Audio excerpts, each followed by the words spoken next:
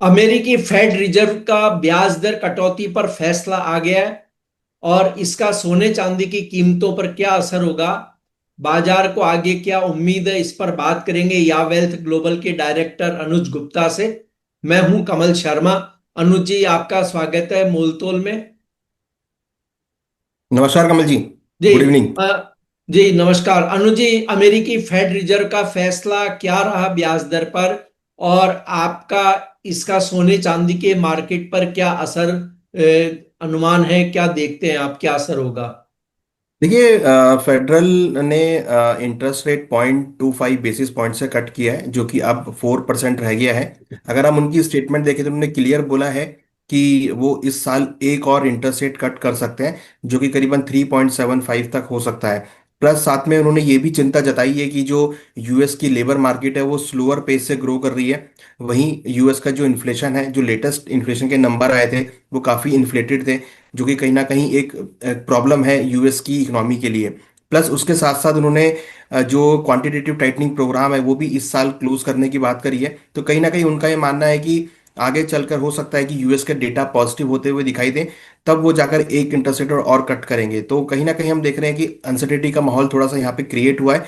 But उन्होंने ये clear किया है कि आगे वो एक बार इंटरेस्ट रेट कट कर सकते हैं, और आगे वो ये भी देख रहे हैं कि कहीं ना कहीं हो सकता है कि जो यूएस की डेटा है वो कुछ पॉजिटिव आते हुए दिखाई दे, बट वो भी अनसर्टेन है। मुझे लगता है कि ऐसी सिचुएशन में यहाँ पर गोल्ड के भावों को, सिल्वर के भावों को थोड़ा सपोर्ट यहाँ पर मिल सकता है। हालांकि हमने गोल्ड के भावों में करीबन ऑलमोस्ट, अगर आप देखेंगे तो दिवाली के बाद से करीबन $500 की गिरावट हमने गोल्ड में आती हुई देखी है, और करीबन $9 से $10 की गिरावट हमने सिल्वर में देखी है। तो कहीं ना कहीं हमें लगता है कि ये जो कट हुआ है इससे गोल्ड सिल्वर को थोड़ा सा एक सपोर्ट यहाँ पे मिल सकता है। जी, और इधर हम देख रहे हैं कि इजराइल ने हमास पर बहुत तेज हमले शुरू कर दिए हैं। ब्याज दरों के अलावा शायद वो भी एक सपोर्ट रहे, क्योंकि टेंशन बढ़ा है। तो कुल मिलाकर के अनुज जी, गोल्ड सिल्वर के ट्रेडर को अब क्या करना चाहिए, आप क्या सपोर्ट और रेसिस्टेंस लेवल उन्हें सुझाएंगे।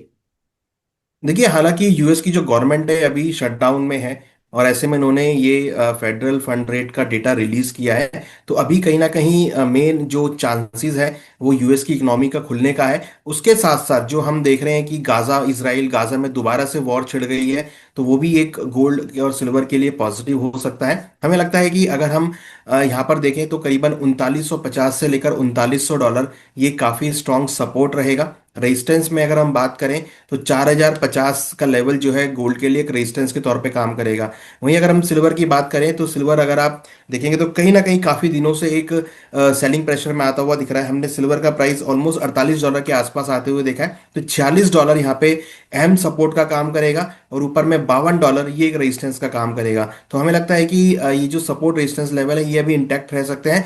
बट कहीं ना कहीं जो अभी इन्होंने इंटरेस्ट रेट कट किया है ये थोड़ा सपोर्टिव फैक्टर रहेगा। प्लस जो दोबारा से इसराइल और गाजा में जियोपॉलिटिकल टेंशन हुई है वो यहाँ पे सपोर्टिव हो सकती है। बट हमें ये भी ध्यान रखना है कि कहीं ना कहीं जिस तरीके से यूएस और चाइना के बीच ट्रेड वॉर लेकर को एक प्रोग्रेस आती हुई दिख रही है, यूएस और इंडिया के बीच प्रोग्रेस आ रही है, तो वो भी यहाँ पर थोड़ा सा एक सेफ हेवन डिमांड को कमजोर कर सकता है। तो अगर हम अल्टीमेटली देखें तो मुझे लगता है कि यहाँ पर कुछ ज्यादा तेजी, बड़ी तेजी या बड़ी मंदी यहाँ देखने को नहीं मिलेगी।